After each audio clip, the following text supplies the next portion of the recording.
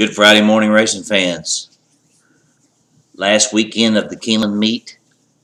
Yesterday we did not hit any pick fours. We did have the winner of the stake race, the Appalachian, yesterday, and I want to give a big shout out to Dr. John and Dr. Steve. They're friends of mine. They own this filly. They bought this filly from at the sale. She's been a real pleasure for them, and I think she's got big things ahead of her. So continued good luck today at the spa. Now today we're going to do things just a tad different. I'm going to give you my selections in order of preference instead of just going down a list.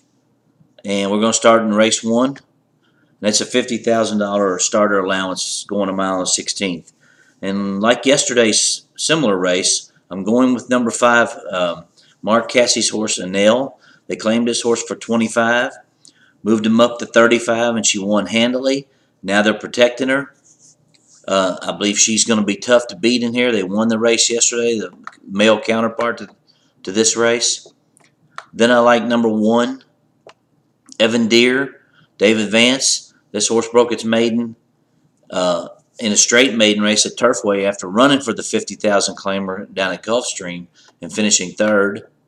I think this is a horse you got to use. My 3rd and final horse in here is number 3, Right Sassy, Eric Reed. Horse broke its maiden for $50,000 at Tampa. Actually won a maiden $50,000 race at Keeneland last fall, but was disqualified. So this horse has won at the distance and won at the track. So my order of preference would be 5, 1, 3 in here. Race number 2 is a $30,000 open claimer for 3-year-old colts. In here I like number 5, Love Reigns for Steve Asmussen. Horse just broke its maiden in its last start for $30,000 on the grass down at Fairgrounds against Julian Leperoux. My second choice in here is going to be the entry of 1 and 1A for Wesley Ward. Both horses are coming off wins in their last starts. The one won at Woodbine opening day there. The 1A won at Gulfstream a couple days later. So I'm going to use them second. And then lastly in here, we're going to use number 7, Railroady. This horse won its last start at Penn National. And for non-winners of 2 lifetime, $25,000. We'll see how that form transfers to the poly track. That's the question mark with him. 5, 1A7 in here. Race number 3 is a $50,000 maiden claimer at 6.5 furlongs. We're going to go to the bottom down here. Number 9 is our top pick, and it's Pisgah Station for Rusty Arnold. A horse ran a big 3rd for $65,000 claimer on the grass down at Gulfstream Park. Gets Julian Leperoux and cuts back in distance from a mile to 6 furlongs. Second choice in here is going to be number 5, Revere, Al Stahl. First time in for a tag. 2 good numbers at Fairgrounds, also dropping from a mile and 16th race down to 6 furlong. And lastly, number 4, Starter. Another horse dropping from maiden special weight to maiden claimer. Has been in the money a couple times. Has been running well. Really has no bad races. But in order of preference, we'll go 9, 5, 4. Race number 4 is a maiden $20,000 claimer at a mile and 16th. Not one of my favorite races. One of the cheaper races you'll see at Keeneland. This will be our single in the pick 4. And this is a sketchy single, but Wesley Ward's been winning with this type. There's a horse dropping out of a maiden special weight. He's a New York bred, so he ran strictly against New York breds. But he ran 2 good races on grass against New York breds. Now drops down to a $20,000 open claimer. They only paid $22,000 for this horse at auction, so this is probably about right. So I'm going to go with him, number 1, Ordinary Joe, number 7. Second choice, number 8, Wound Up. Mike Maker claimed this horse off of Nick Zito Julian Leperoux does not ride this horse, so that's a little bit of a red flag for me. And lastly in here, we're going to use the number 1 horse. And that is Riley's Edge. Austin Smith, good friend of mine, has only started 1 horse here at Keeneland. He's just taken over the training on this horse. Hasn't run since last June. Had a couple nice workouts at the Churchill Downs Training Center. First time in for a tag. Could jump up as a live long shot. But we're going to single number 7 in here in our pick 4. Race 5 is a 6 furlong allowance race for non-winners of 2 lifetime. And there's 3 horses in here that are really, really close for me. And that's the 2, 3, and 4. I'm going to give a slight edge to number 4. Larry Zip comes out of a good stake race here last fall at Keeneland, which he was a fast closing 3rd. Second choice is going to be number 2, Ferretti, for Christophe Clement, Garrett Gomez. 3 real good races down the Gulfstream. And number 3, Some of the Parts, who probably be the favorite, comes out of the Breeders' Cup Juvenile Sprint last year.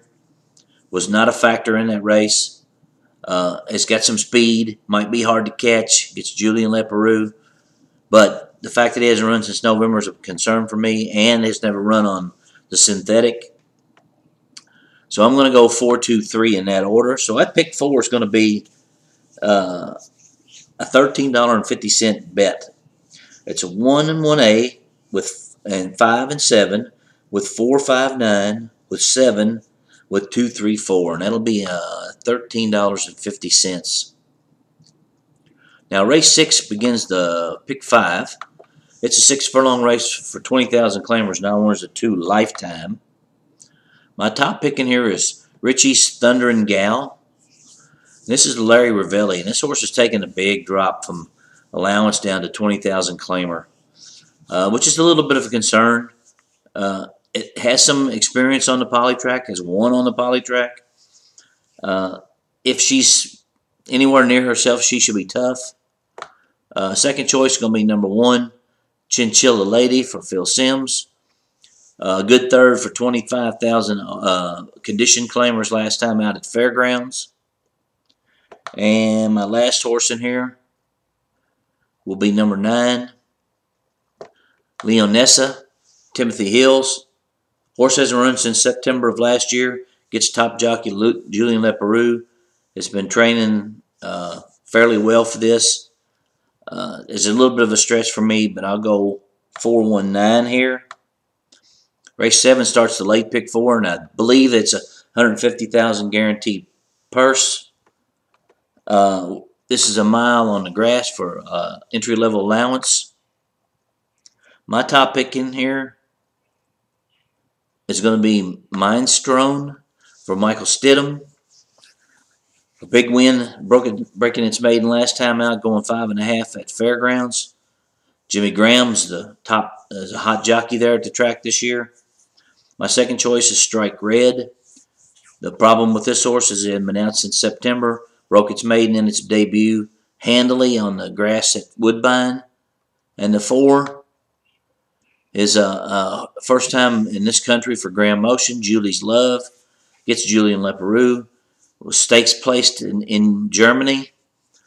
Probably is going to be the favorite in here, but you know, this is a stretch going from Europe to USA.